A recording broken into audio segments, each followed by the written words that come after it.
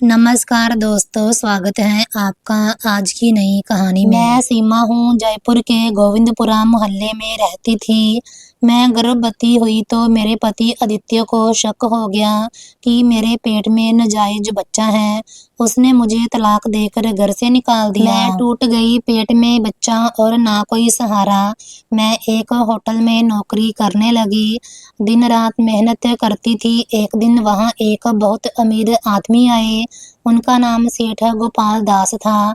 उन्होंने कहा, बेटी, अगर तुम मेरे बेटे अंश की देखभाल करोगी तो मैं तुम्हें यहाँ से डबल तनख्वाह दूंगा। मैं उनकी बात मानकर उनके साथ चली गई। उस बंगले के बाहर मेरी सास भीख मांग रही थी। अंदर जाकर जैसे ही मैंने उसके बेटे अंश के ऊपर से काली चादर हटाई, मेरा दिल फट गया, क्योंकि वह तो मेरा रिश्ता पहले शहर के एक बहुत बड़े कारोबारी घराने से आया था। लेकिन हमारे घर और हमारी गरीबी को देखकर लड़के की माँ सुमित्रा देवी ने इस रिश्ते से मना कर दिया था। यह लम्हा मेरे लिए किसी क़यामत से कम नहीं था। मैंने अपनी आंखों से गिरते आंसू साफ किए और पहली बार मैंने खुद से कहा, अगर भगवान ने मुझे सादगी दी है तो मैं साबित करूंगी कि मेरा सब्र किसी भी दौलत से ज्यादा कीमती है। यह वो लम्हा था जब मैंने जिंदगी की कड़वी हकीकत को कबूल किया और अपने अंदर एक नया हौसला पैदा किया। मम्मी अक्सर मुझे कहती थी, बेटी, किस्मत वाले ही अच्छा पति पाते हैं, सब्र करो। सब्र का फल हमेशा मीठा होता है। पर वो खुद रातों को जागकर प्रार्थना करती थी कि मेरा बोझ उनके सिर से उतर जाए। उनकी इस बेचैनी ने मुझे अंदर से तोड़कर रख दिया था। वक्त धीरे धीरे रेंग रहा था और हालात वहीं के वहीं थे। हर सुबह एक नई उम्मीद लाती और शाम एक नई मायूसी के साथ डूब जाती। लेकिन भगवान ने पहले इम्तिहान लिखा, फिर कहानी का वो मोड़ आया जब मुझे लगने लगा कि शायद मेरी जिंदगी ऐसे ही गुजर जाएगी, दूसरों की शादियां देखकर और अपने लिए प्रार्थना मांगकर। पर भगवान की कृपा हमेशा से ही अनोखी रही है। एक दिन मोहल्ले में एक अजीब खबर फैली जिसने सबको हैरान कर दिया। खबर ये थी कि एक बहुत बड़े अच्छे घराने ने, जो हमारे मोहल्ले से था और दूर एक पौष इलाके गोपाल नगर में रहते थे, मेरा रिश्ता मांगा है। पहले तो मैंने यकीन नहीं किया, मुझे लगा शायद ये कोई गलत फहमी है। जब पापा ने इस बात की पुष्टि की तो हमारे घर में एक अजीब सी खामोशी छा गई। सबने कहा, ये खानदान अमीरों में गिना जाता है, इनका बहुत बड़ा कारोबार है। लोग हैरान थे कि उन्हें हमारे जैसे बीच के तबके के गरीब समझे जाने वाले घर में क्या नजर आया। मोहल्ले की औरतें जो हमारी सादगी पर तंज करती थीं, अब हमारे घर के बाहर जमा होकर हैरानी से पूछ रही थी, आखिर ये चमत्कार कैसे हो गया। मैं डर भी रही थी कि कहीं ये रिश्ता भी पहले वाले रिश्तों की तरह मजाक ना बन जाए। कहीं वो लोग भी आकर हमारे घर की दीवारों की सीलन और पुराने फर्नीचर का अपनी दौलत से तुलना ना करें। मेरे दिल में एक लहर थी जो डर और उम्मीद के बीच झूल रही थी। पर पापा ने कहा, सीमा, ये भगवान का आशीर्वाद लगता है। उनकी आवाज में एक ऐसा पक्का यकीन था जो मैंने पहले कभी नहीं सुना था। वो मेरी तरफ देखकर मुस्कुराए। उनकी आंखों में वो सुकून था जो कई सालों से गायब था। उनकी इस बात ने मेरे दिल को थोड़ी तसल्ली दी। मैंने मन ही मन भगवान का शुक्रिया किया कि शायद मेरी रातों की प्रार्थना अब स्वीकार होने वाली है। मैं इस खुशी को संभाले हुए थी, उस नए मोड़ का इंतजार कर रही थी। पर मुझे क्या पता था कि इस शुक्र के पीछे कितनी आजमाइशें और कितने तूफान छुपे हुए थे। ये तो बस कहानी की शुरुआत थी, एक ऐसी शुरुआत जहां बाहर से सब कुछ अच्छा लग रहा था, पर किस्मत के इरादे कुछ और ही थे। पिछले दिनों की खबरों और मोहल्ले की चर्चाओं के बाद अगले रोज वो लोग दोपहर को हमारे घर आए। मेरे दिल की धड़कनें बहुत तेज चल रही थी।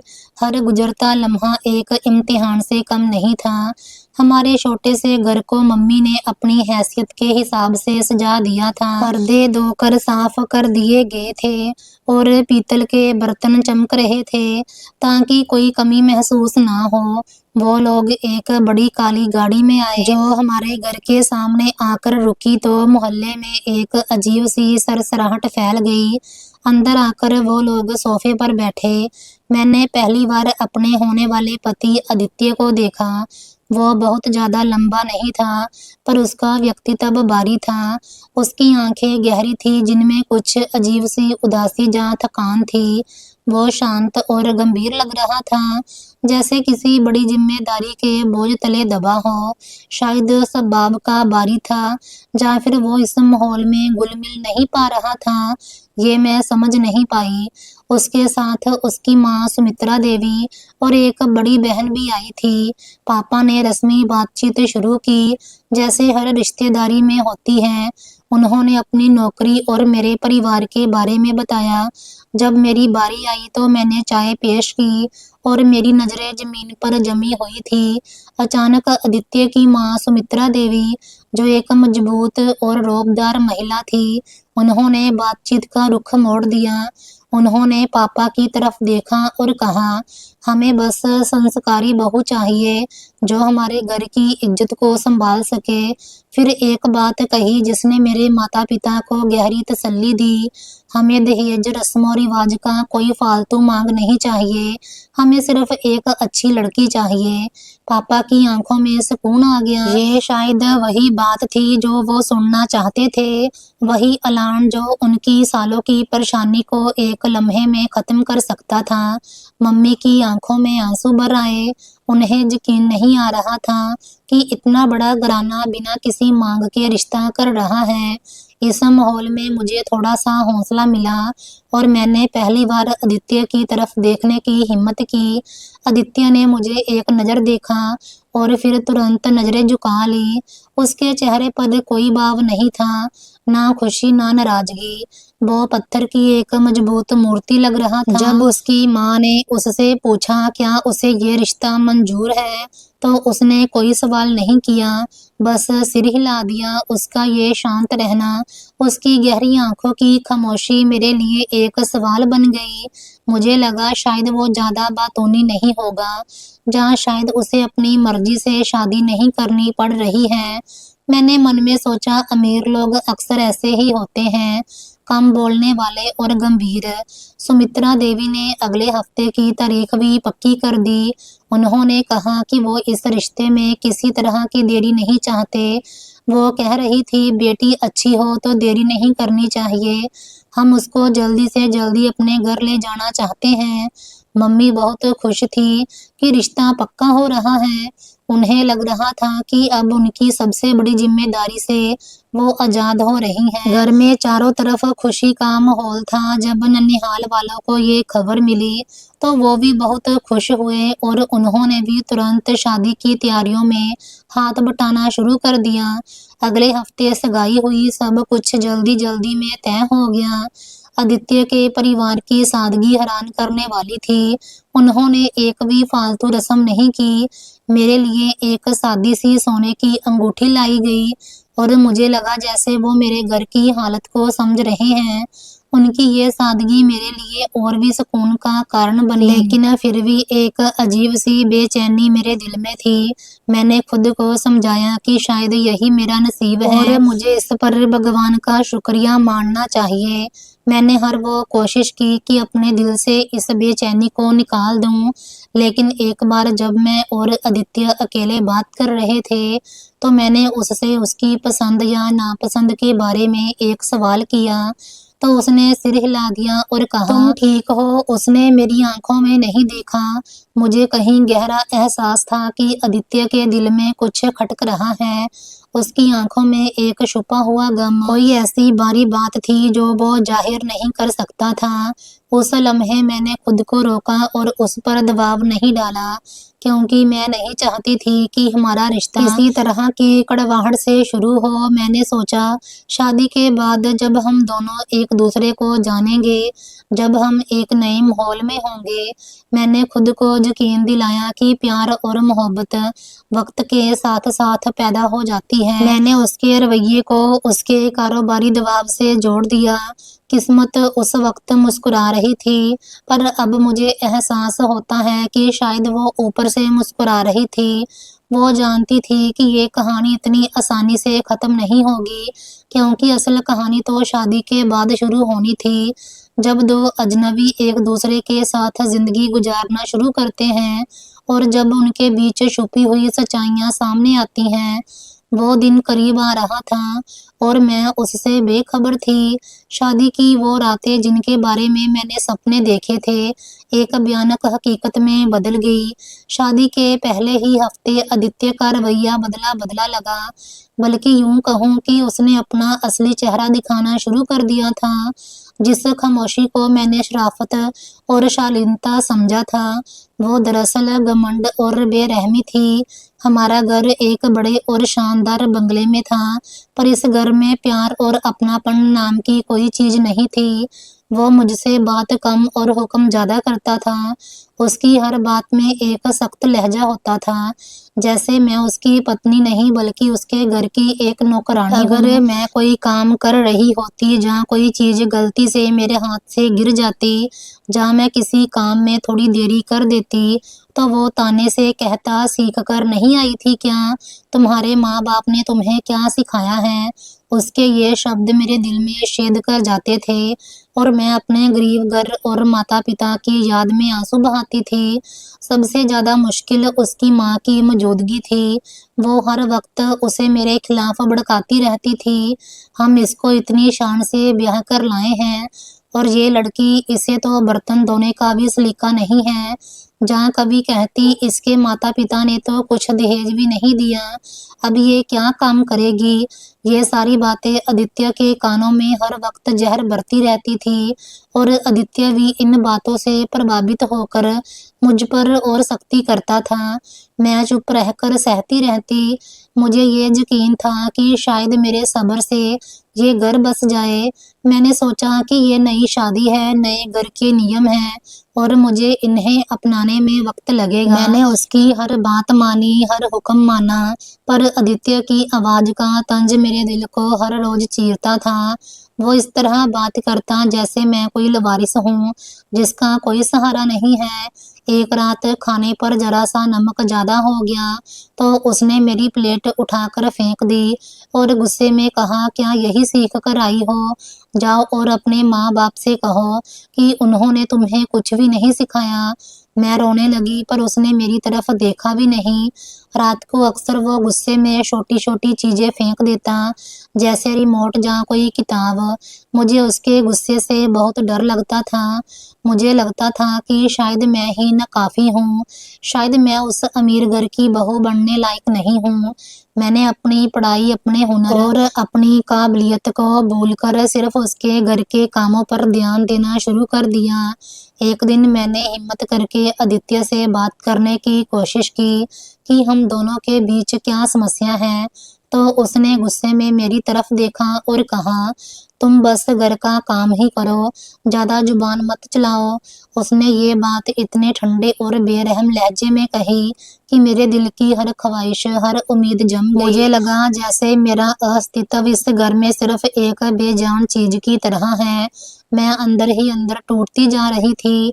मेरा आत्मविश्वास खत्म हो चुका था। आदित्य के जुल्म और मेरे खामोश रहने की वजह से मेरी मानसिक हालत रोज़ ब रोज़ खराब होती जा रही थी।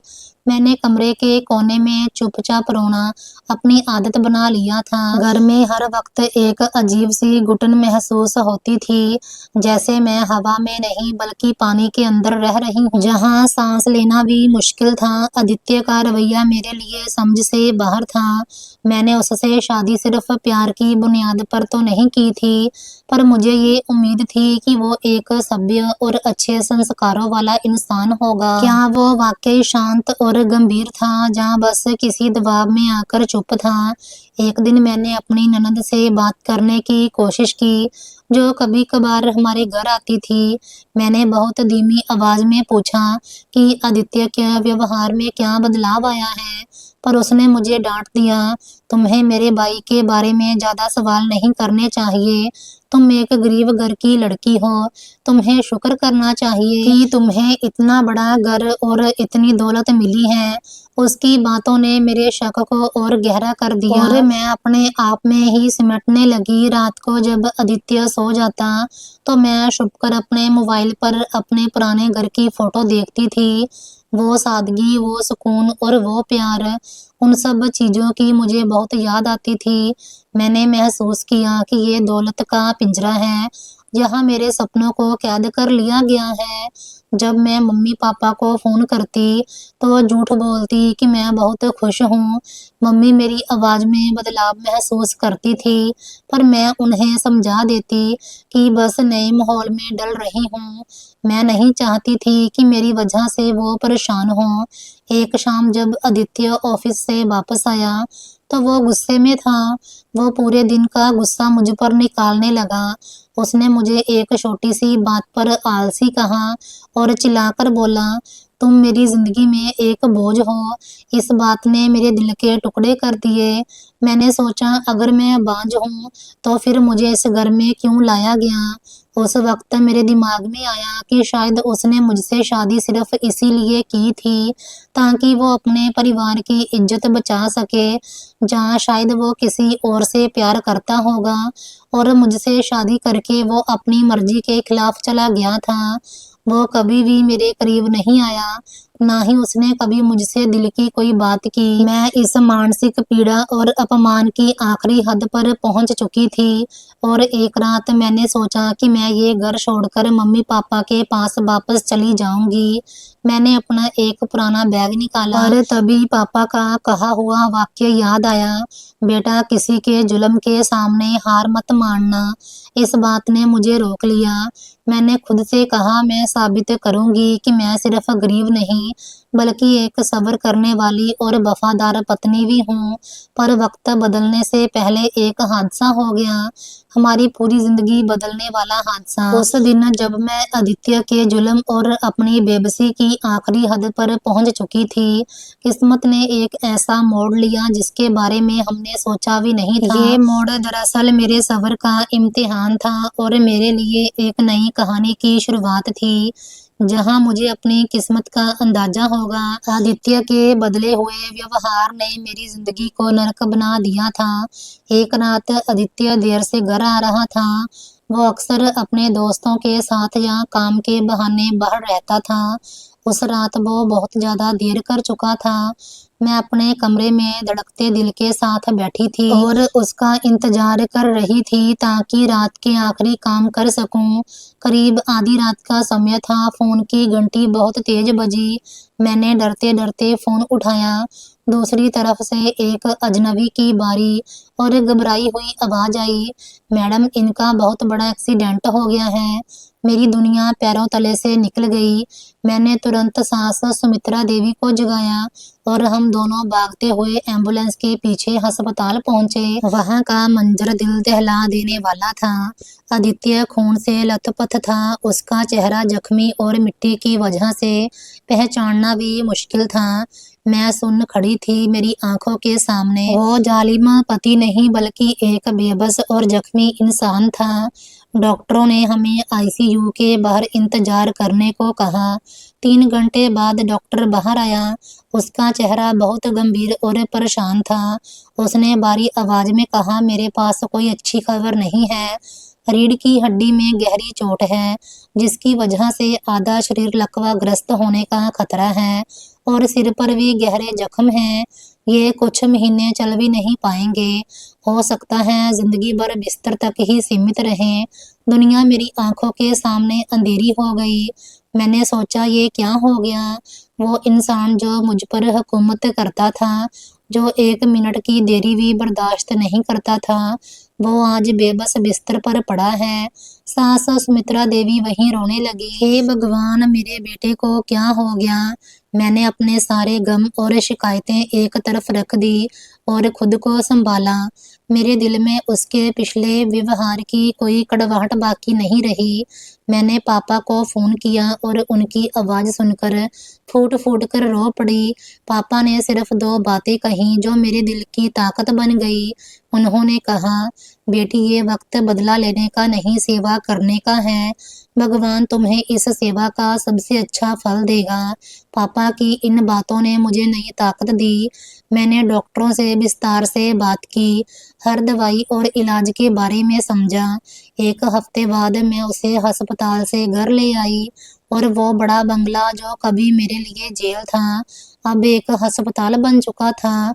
जख्म धोना, कपड़े बदलना और उसकी ज़रूरतें पूरी करना, ये सब काम मैंने बिना किसी शिकायत के किए, जैसे मैं इसी काम के लिए बनी हूँ। उसका शरीर बहुत कमज़ोर था, वो खुद से करवट भी नहीं ले सकता था। दर्द की वजह से वो अक्सर चीख उठता था और मुझे सारी रात उसका हाथ पकड़कर बैठना पड़ता था। मैंने अपनी नींद कम कर दी और हर पल उसकी सेवा में हाजिर रही। मैंने उसे समय पर दवाई दी, उसके लिए नरम और पौष्टिक खाना बनाया और उसे हौसला दिया कि वो जल्दी ठीक हो जाएगा। मैंने उसे कभी ये एहसास नहीं होने दिया कि उसकी हालत कितनी खराब है। शुरू में सास मुझ पर शक करती थी, कहीं मैं बदला तो नहीं ले रही या दिल से सेवा नहीं कर रही, पर जब उन्होंने देखा कि मैं दिन रात उसकी जिम्मेदारी निभा रही हूँ, तो वो चुप हो गई। उनकी आंखों में पहली बार मेरे लिए इज्जत और शुक्रिया का भाव था। लोग आकर कहते, तुम धन्य हो, ऐसा बेटा भी इतनी सेवा नहीं कर सकता जितनी तुम कर रही हो। मोहल्ले के लोग जो पहले मेरे घर की सादगी पर तंज करते थे, अब मेरे सब्र और मेरी सेवा की तारीफ कर रहे थे। एक बार उनके बिजनेस पार्टनर्स आए और उन्होंने आदित्य से कहा, आदित्य तुम दुनिया में बहुत खुशनसीब हो कि तुम्हारी पत्नी ऐसी है, वरना इस जमाने में कौन किसी की इतनी निस्वार्थ सेवा करता है। एक दिन जब मैं उसे दवाई दे रही थी, तो आदित्य ने चुप्पी तोड़ते हुए अचानक मेरा हाथ पकड़ लिया। उसकी आंखों में आंसू थे, जो मेरे लिए बिल्कुल अनोखा नजारा था। उसने मुश्किल से अपने गहरे दर्द को शब्दों में कहा, सीमा तुमने मुझे माफ कर दिया, तुम मेरे साथ ऐसा क्यों कर रही हो, जबकि मैंने तुम्हें सिर्फ तकलीफ दी। मैंने उसके माथे पर हाथ रखा और कहा, मैंने आपको कभी गलत नहीं समझा, आप मेरे पति हैं और मेरा धर्म है कि मैं आपका साथ दूं। उसने फिर कहा, भगवान तुमसे बहुत खुश है, तुमने एक गुनहगार की सेवा की है, मेरी जिंदगी तुम्हारे एहसान तले दब गई है। उसकी माँ ने भी मेरे चरित्र के सामने हार मान ली थी। एक दिन उन्होंने मुझसे माफ़ी मांगी, बेटा तुमने मेरे बेटे को नई जिंदगी दी है, मैं तुम्हें बहुत गलत समझती रही, मुझे माफ़ कर दो। महीने गुजरे, मौसम बदले और धीरे धीरे वो बेहतर होने लगा। डॉक्टरों ने कहा ये एक चमत्कार है कि वो इतनी जल्दी ठीक हो रहा है। उसका शरीर का जख्म भरने के साथ साथ उसका दिल का जख्म भी भरने लगा था। वो मुझे नए नजरिए से देखने लगा।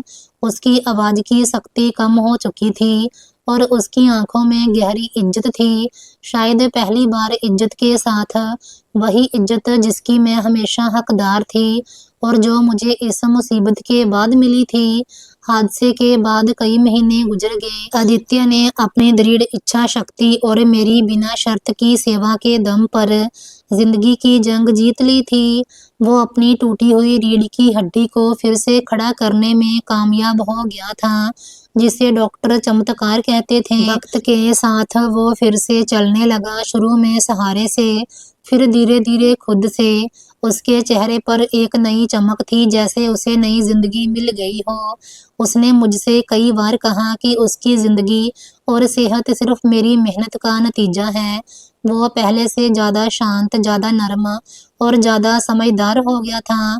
उसके व्यवहार से अमीरों वाला घमंड बिल्कुल खत्म हो चुका था और अब वो अक्सर मुझसे घर के छोटे मोटे फैसलों और बिजनेस की बातों पर भी सलाह लेता और मेरे साथ वक्त बिताता। हमने शाम की चाय साथ पीनी शुरू कर दी थी। यहाँ हम चुपचाप बैठे एक दूसरे की मौजूदगी महसूस करते थे उसका ठीक होना मेरे लिए सबसे बड़ा इनाम था। मैंने सोचा कि हमारी जिंदगी अब एक नए और खुशहाल दौर में दाखिल हो चुकी है। मैं मम्मी पापा से भी मिलकर आई थी, जो मेरे नए घर और नई जिंदगी से बहुत खुश थे। एक दिन जब वो पूरी तरह ठीक हो चुका था और ऑफिस जाना शुरू कर दिया था, तो उसने एक सुबह नाश्ते की मेज पर अचानक मुझसे कहा, सीमा जल्दी तैयार हो जाओ, हमें आज एक बहुत जरूरी जगह जाना है। आदित्य के लहजे में एक अजीब सी खुशी और घबराहट थी। मैंने हैरानी से उसे देखा, क्योंकि उसने मुझे कोई डिटेल नहीं बताई थी। मैं घबराकर बोली, क्या हुआ आदित्य, क्या कोई जरूरी काम है, जहाँ किसी दोस्त के घर जाना है? मैंने ये सोचा भी नहीं था कि वो मुझे कोई निजी सरप्राइज देने वाला है। उसने कुर्सी से उठकर मेरे करीब आकर मेरा हाथ थामा। नहीं मेरी जान, कोई डॉक्टर का चेकअप नहीं है और ना ही दोस्त की महफिल। तुम्हारे लिए एक बहुत बड़ा सरप्राइज है, एक ऐसा तोहफा जो तुम्हारे सब्र और तुम्हारी वफादारी का हक है। उसने मुझे तुरंत तैयार होने को कहा और एक खास साड़ी पहनने का इशारा किया। मैं जल्दी से तैयार हुई। मेरे दिल में खुशी, जिज्ञासा और थोड़ा सा डर भी था। मैंने सोचा शायद वो मुझे कोई महंगे गहने, जहाँ कोई गाड़ी देने जा रहा है। हम गाड़ी में बैठे और शहर के सबसे पॉश और महंगे इलाके गोपाल ग्राउंड की तरफ चल पड़े। ऊंचे ऊंचे बंगले, खूबसूरत बाग और शांत सड़कें थीं। गाड़ी एक शानदार और आलीशान बंगले के सामने रुकी, जो उस पूरे इलाके का सबसे बड़ा और आलीशान घर था। ये बंगला नहीं था, एक महल था। सफेद संगमर से बना हुआ, चारों तरफ खूबसूरत बगीचा, एक बड़ा गेट और शीशे की चमकती हुई खिड़कियां। मैं हैरान, खुश और अविश्वास में खड़ी थी। मेरे मुंह से कोई आवाज नहीं निकल रही थी। मैंने आदित्य की तरफ देखा और पूछा, आदित्य ये किसका घर है? क्या हम किसी के मेहमान बनने आए हैं? वो बोला, नीचे उतरो सीमा, आज तुम्हारी जिंदगी बदलने वाली है और तुम्हें अब किसी के मेहमान बनने की जरूरत नहीं है। उसने एक चाबी का गुच्छा मेरे हाथ में थमा दिया। ये तुम्हारा है। मैंने अविश्वास से चाबियों को देखा। मैं अभी भी सुन थी। मुझे लगा जैसे मैं कोई सपना देख रही हूँ। ये आप क्या कह रहे हैं आदित्य? वो मेरे पापा के शब्द दोहराने लगा। जब तुम मेरे लिए दिन रात जाग रही थी, मेरी जिंदगी बचा रही थी, तब मैंने भगवान से वादा किया था कि अगर मैं जिंदा बच गया तो तुम्हें दुनिया की हर खुशी दूंगा। ये उस वादे की एक झलक है। मोहल्ले वालों को भी खबर हो गई थी और हमारे पुराने घर के आसपास भी लोगों में चर्चाएं शुरू हो गई थी। सब कहते थे कि आदित्य उसे बंगला दे रहा है। ये सब सीमा की सेवा का इनाम है और उसके सब्र का फल मिला है। लोग अब मम्मी पापा से मिलकर बधाई दे रहे थे और मैं भगवान का शुक्रिया अदा कर रही थी कि मेरे आंसू बेकार नहीं गए। मैंने सोचा कि ये मेरी वफादारी और मेरी नेक नीयत का फल है, जिसने मेरे पति के पत्थर दिल को भी पिघला दिया। मैंने खुद को अंदर से बहुत मजबूत महसूस किया। मैंने मुश्किल वक्त में साथ नहीं छोड़ा, पर जब मैंने आदित्य के चेहरे पर गौर किया तो वहाँ खुशी की चमक तो थी, मगर उसके साथ कुछ और भी था। एक गहरा बोझ, एक उदासी जो उसने अपने अंदर छुपा रखी थी, जिसे मैं पढ़ नहीं पाई। वो बार बार मेरी तरफ देखता, जैसे कोई जरूरी बात कहना चाहता हो, पर शब्द उसका साथ नहीं दे रहे थे। मैंने उसके इस अजीब व्यवहार को सेहत की थकान समझकर नजरअंदाज किया और उसे पुरानी आदत समझकर भूल गई। मैंने दिल मजबूत किया और उसके साथ अंदर कदम रखा। हमारे अंदर आते ही कुछ नौकरों ने नमस्ते किया और हॉल की खूबसूरती ने मेरी आंखें हैरान कर दी। सब कुछ नया, सब कुछ कीमती था। मेरी जिंदगी की कहानी का एक नया अध्याय शुरू हो चुका था। मुझे क्या पता था कि अगले दिन मेरी दुनिया फिर बदलने वाली है और ये बंगला, जो मेरी खुशनसीबी की निशानी लग रहा था, एक बहुत बड़े राज को छुपा रहा था, जिसका खुलासा मेरे सब्र को एक बार फिर आजमाएगा। नए बंगले पर जाने से सिर्फ एक दिन पहले, जब मेरे दिल में बहुत खुशी और हल्की सी बेचैनी थी, मेरी ननंद सारा अचानक हमारे घर आई। ये मेरे लिए बहुत अनोखा था, क्योंकि हादसे से पहले और बाद में भी वो कभी मेरे साथ दोस्ताना व्यवहार नहीं रखती थी। उसने आते ही सावधानी से बाहर का दरवाजा बंद किया, जैसे वो नहीं चाहती थी कि उसका आना किसी को पता चले। वो मुझे हाथ पकड़कर कमरे में ले गई और मेरी तरफ अजीब और परेशान नजरों से देखा। उसकी आंखों में वो सख्ती नहीं थी जो हमेशा रहती थी, बल्कि एक नकली हमदर्दी का जाल था। सीमा, मुझे तुमसे बहुत जरूरी और नाजुक बात करनी है, उसने अपनी आवाज को धीमी करके कहा। उसकी इस अचानक गंभीरता ने मुझे बुरी तरह डरा दिया। मैं कांपते हुए लहजे में बोली, क्या हुआ दीदी, क्या आदित्य ठीक है? सब ठीक तो है ना?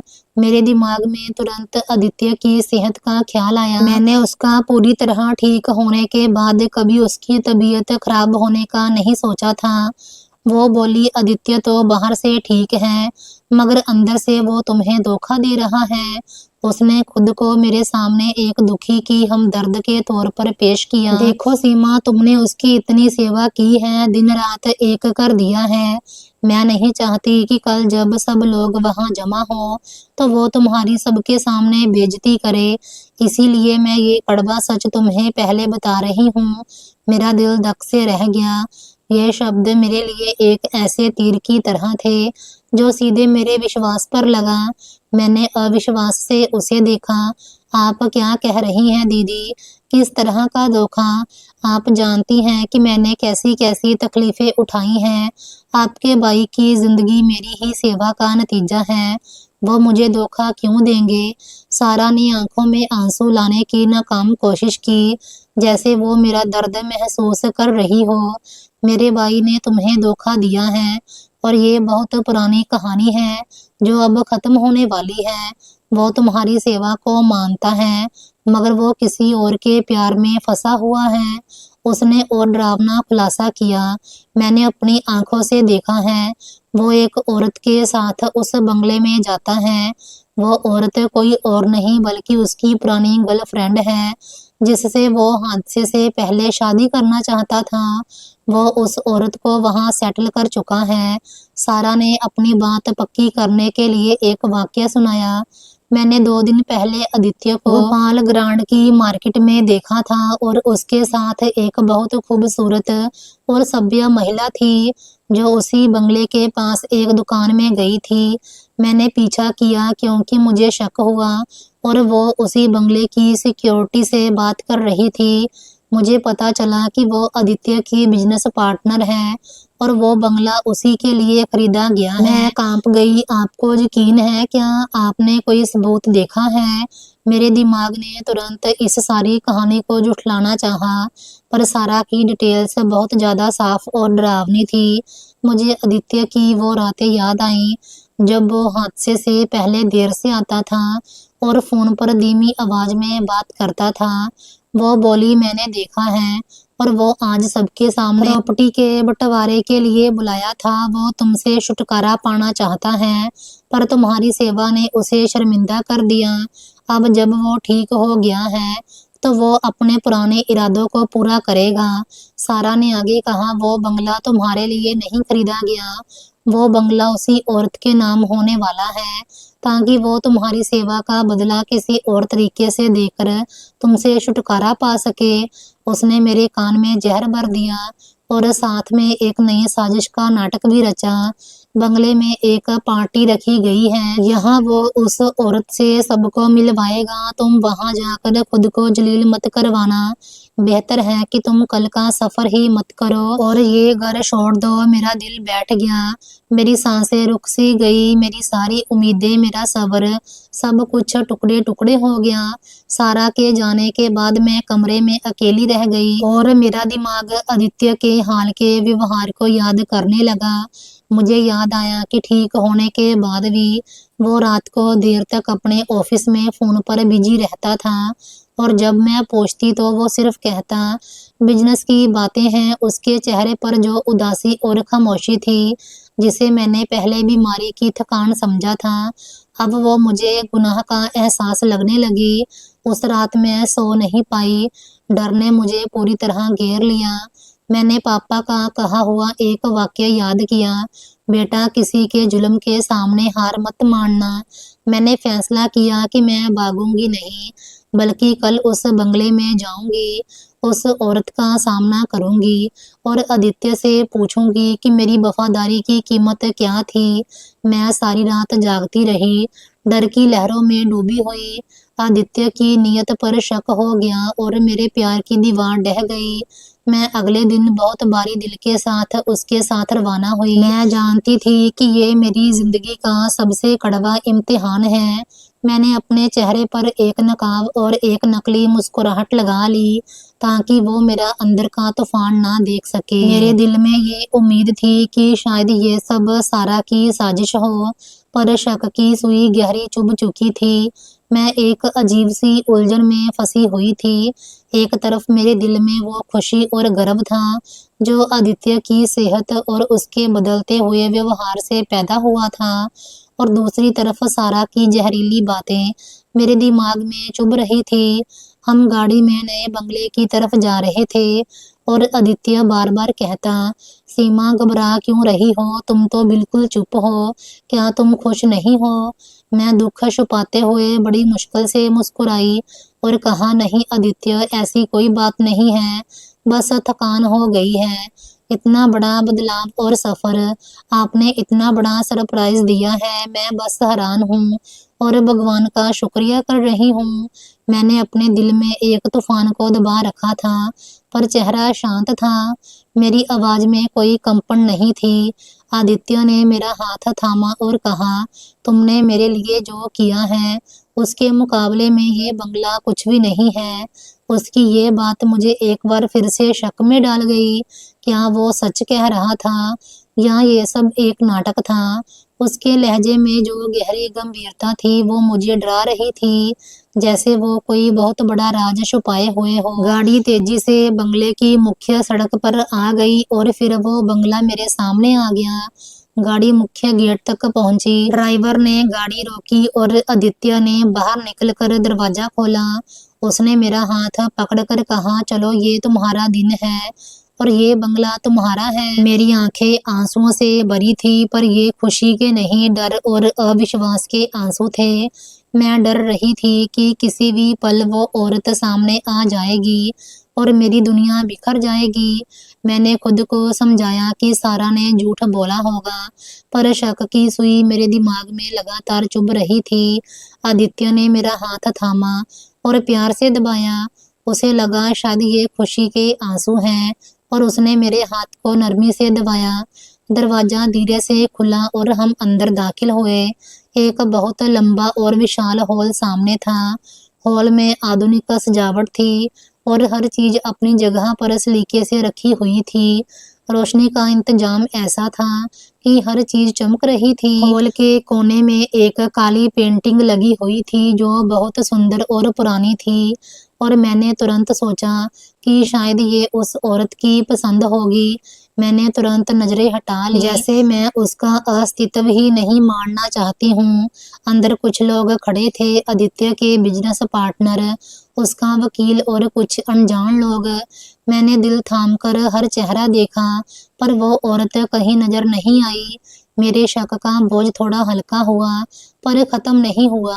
वो अनजान लोग शायद कोई मेहमान होंगे या फिर इसी साजिश के हिस्सेदार। आदित्य ने मुझे आगे बढ़ाया, जहां बीच वाले हॉल में एक बड़ी मेज की चारों तरफ लोग खड़े थे। उस मेज पर कुछ कानूनी दस्तावेज रखे थे जिन पर सील लगी हुई थी। मेरा शक फिर से बढ़ गया। क्या ये बंगले के मालिकाना हक के कागजात थे या फिर तलाक के कागजात। सारा ने कहा था कि वो प्रॉपर्टी के बंटवारे के लिए वकील से मिला था। मैं अब भी डरी हुई थी, कहीं ये खुशी सिर्फ एक धोखा ना निकल आए। मैंने वकील और उन लोगों की तरफ देखा जो बहुत गंभीरता से मेरी तरफ देख रहे थे, पर सबकी नजरें मुझ पर थी। वो लोग मेरे करीब आए और मुझे बधाई दी, पर उनकी बधाई में एक अजीब सी गहराई थी। मैं हैरान थी कि ये सब क्या है, ये लोग क्यों आए हैं और किस बात की बधाई दे रहे हैं। उनमें से एक बुजुर्ग सज्जन ने आगे बढ़कर मेरा हाथ थामा और कहा, आपने जो निस्वार्थ सेवा की है उसका फल आपको जरूर मिलना चाहिए। मैं इस अनोखी बात से और ज्यादा परेशान हो गई, क्योंकि ये वही लोग थे जो आदित्य की पुरानी जिंदगी का हिस्सा थे। उनकी ये हमदर्दी सारा की बातों से बिल्कुल उल्ट थी। मेरे दिमाग में सवालों की बाढ़ आ गई। क्या सारा झूठ बोल रही थी? क्या ये सब उसकी खुद की प्रॉपर्टी हासिल करने की चाल थी? या क्या आदित्य ने आखिरी पल में उस औरत को लाने का इरादा बदल दिया था? मेरी जिज्ञासा, डर और शक एक अजीब सी हालत पैदा कर रहे थे। आदित्य ने मेरे कान में धीरे से कहा, खुश हो जाओ। उसकी आवाज में गहरी भावनात्मक थकान थी, जिसे मैं अब पहचानने लगी थी। मैंने नकली मुस्कुराहट से कहा, बहुत ज्यादा। मैं उस पल पूरी सच्चाई का सामना करने की हिम्मत नहीं कर पा रही थी। आदित्य ने एक बार फिर मेरी तरफ देखा और मुस्कुराया। उस पल मुझे एक अजीब सा सुकून महसूस हुआ, जैसे सारी परेशानी दूर हो गई हो। मैंने सोचा कि शायद सारा ने मुझे झूठ बोला था और ये बंगला सच में मेरा है। लेकिन वकील का गंभीर चेहरा और मेज पर रखे दस्तावेज मुझे याद दिला रहे थे कि असली झटका अभी बाकी है। ये खामोशी तूफान से पहले की खामोशी थी। हॉल में होने वाली हलचल, वो गंभीर चेहरे और वो दस्तावेज, सब किसी बड़ी बात का इशारा दे रहे थे। मैं अब आदित्य के पूरे इरादे जानने के लिए तैयार थी, चाहे वो इरादा मेरी दुनिया को तहस नहस ही क्यों ना कर दे। हॉल के बीचों बीच एक बड़ी मेज के चारों तरफ वकील, गवाह और जरूरी दस्तावेज लिए खड़े थे। जब मैं आदित्य के साथ मेज के करीब पहुंची तो सबने एक अजीब से सम्मान के साथ मुझे देखा और गहरी खामोशी छा गई। मैंने बेचैनी से आदित्य की तरफ देखा। उसके चेहरे पर एक अजीब सी शांत मुस्कुराहट थी, पर मैं महसूस कर सकती थी कि वो अंदर से डरा हुआ और कमजोर है। उसका रंग और पीला पड़ रहा था। वकील ने अपना ब्रीफकेस खोला और कुछ कागजात निकाले। उसने गला साफ करके कहा, आदरणीय सीमा, आज हम यहाँ आपके पति श्री आदित्य अग्रवाल की इच्छा पर इकट्ठा हुए हैं। वह एक पल के लिए रुका, जैसे वो कोई बहुत बड़ी बात ऐलान करने वाला हो। आपकी असाधारण सेवा, आपके सब्र और आपकी वफादारी की वजह से श्री आदित्य ने एक फैसला किया है। फिर उसने मेरी तरफ देखा और गहरी सांस लेकर कहा, ये बंगला जिसमें हम खड़े हैं और आपके पति की सारी जायदाद, तमाम संपत्ति, कंपनियां और कारोबार जो उन्होंने अपनी मेहनत से बनाए हैं, ये सब के सब आपके नाम किए जा रहे हैं। ये ट्रांसफर पूरी तरह कानूनी है और वसीयत के तहत भी आप इन तमाम चीजों की एकमात्र वारिस हैं। उसने आगे बढ़कर वो तमाम कानूनी कागजात जिन पर आदित्य के दस्तखत और अंगूठे लगे थे मेरे हाथ में थमा दिए। मैं सुन्न रह गई। मेरे हाथ कांप रहे थे और आंसू मेरे गालों पर बहने लगे। ये खुशी के नहीं, एक डरावनी शर्मिंदगी और पछतावे के आंसू थे। ये मेरे लिए बहुत बड़ा इनाम था, पर इस इनाम से ज्यादा मुझे शर्म आ रही थी। मैंने एक पल में सोचा, मैंने आदित्य को कितना गलत समझा। मैंने उसके प्यार और वफादारी पर शक किया। मैंने सारा की झूठी बातों पर यकीन किया और उस इंसान पर इल्जाम लगाया जिसने मुझे अपनी पूरी दुनिया दे दी। इस एहसास ने मेरे दिल को तोड़ दिया। मैं पलटकर तुरंत आदित्य की तरफ लपकी। मैं उसे गले लगाना चाहती थी। मैं उससे माफी मांगना चाहती थी कि मैंने उसकी वफादारी पर शक किया। मैंने उसे सहारा देने की कोशिश की, पर मैं उस तक पहुंच भी नहीं पाई। इससे पहले ही उसका शरीर ढीला पड़ गया और वो जमीन पर बेहोश गिर पड़ा। मैं चीख उठी, आदित्य, आदित्य। मेरी आवाज गूंज उठी। हॉल में मौजूद सब लोग तुरंत उसकी तरफ दौड़े। उसके बेजान शरीर के पास बैठ गई और उसे हिलाने लगी, पर वो कोई जवाब नहीं दे रहा था। उसके चेहरे पर अब भी वही शांति थी, जैसे उसने अपना आखिरी फर्ज पूरा कर लिया हो। उन लोगों में डॉक्टर भी शामिल था, जो आदित्य का इलाज कर रहा था। डॉक्टर ने तुरंत उसकी छाती टटोली और उसकी नब्ज चेक की। फिर उसने दुख के साथ सिर हिला दिया और कहा, मैं माफ़ी चाहता हूँ, इन्हें बहुत तेज हार्ट अटैक आया है। इनका दिल कमज़ोर था और ये भावनात्मक पल वो बर्दाश्त नहीं कर पाए। वो कुछ मिनट पहले ही गुजर चुके हैं। ये शब्द मेरे कानों में गर्जना की तरह गूंजे। मेरी सारी खुशियाँ, मेरा सहारा, मेरा पति, वो इंसान जिसने मुझे इतनी इज्जत दी, अब वो मुझे छोड़कर जा चुका था। ये बंगला, ये दौलत सब बेकार हो चुका था। मैं आदित्य की छाती पर सिर रखकर जमीन पर बैठ गई और फूट फूट कर रो पड़ी। मेरी जिंदगी ने मुझे एक ही समय में सब कुछ दे दिया और सब कुछ छीन भी लिया था। अचानक दरवाजा जोर से खुला और मेरी ननंद सारा अंदर आई। वो दरवाजे से ही हालात समझ गई और जब उसे पता चला कि आदित्य गुजर चुका है तो उसके चेहरे पर खुशी की एक लहर दौड़ गई। पर जब उसने मुझे वकील के पास कागजात के साथ बैठे देखा तो वो अपना होश खो बैठी। उसने तुरंत अपना व्यवहार बदला और एक दुखी बहन का रूप धारण कर लिया। उसने मेरी तरफ देखा और पागलों की तरह चीखना शुरू कर दिया, तुमने मेरे भाई को मार दिया, ये सब तुम्हारी वजह से हुआ है। तुम उसकी दौलत के पीछे थी, तुमने उसे सुकून नहीं दिया। वकील ने सख्ती से कहा, महोदया आप तुरंत शांत हो जाएं, अब आपको यहाँ से तुरंत निकलना पड़ेगा। ये घर, ये सारी जायदाद अब इस महिला के नाम है। वसीयत पूरी हो चुकी है। सारा को यकीन नहीं आया। उसने देखा कि बंगले के कागजात मेरे हाथ में हैं। उसके चेहरे पर गुस्से, हैरानी और मायूसी का एक डरावना मिश्रण था। उसकी साजिश नाकाम हो चुकी थी। पागलपन में वो चिल्लाई। उसने अपने बाल नोचने शुरू कर दिए और एक कदम मेरे करीब आई और जोर से कहा, क्या दे दिया इसे, इस गरीब घर की लड़की को। फिर गुस्से में उसका राज उसके मुंह से निकल गया, एक ऐसा डरावना कबूलनामा जिसने हॉल में मौजूद सबको सन्न कर दिया। वो चिल्लाई, मैंने तो हादसा भी करवाया था, मुझे पता था कि वो इस बंगले के कागजात किसी और के नाम करेगा। मैंने ब्रेक का तार कटवा दिया था ताकि ये मर जाए और मुझे सारी जायदाद मिले। ये सब इस जायदाद के लिए किया था। उसने मुझे कुछ नहीं दिया, सब कुछ इस गरीब लड़की को दे दिया। उसने मेज पर रखे फूलों का गुलदान उठाकर जमीन पर दे मारा। सब हक्के बक्के रह गए। वकील का मुंह खुला का खुला रह गया। किसी को यकीन नहीं आया कि एक बहन दौलत की खातिर अपने भाई की जान लेने की साजिश कर सकती है। सारा का चेहरा डरावना लग रहा था। इतने में जैसे भगवान ने इंसाफ का इंतजाम किया हो। दो पुलिस वाले अंदर आए और सारा को देखते ही तुरंत उसकी तरफ बढ़े। पुलिस इंस्पेक्टर ने सारा की तरफ देखा और कहा, हमारे पास पहले से ही कुछ सबूत थे, अब आपने खुद ही सबके सामने कबूल कर लिया है।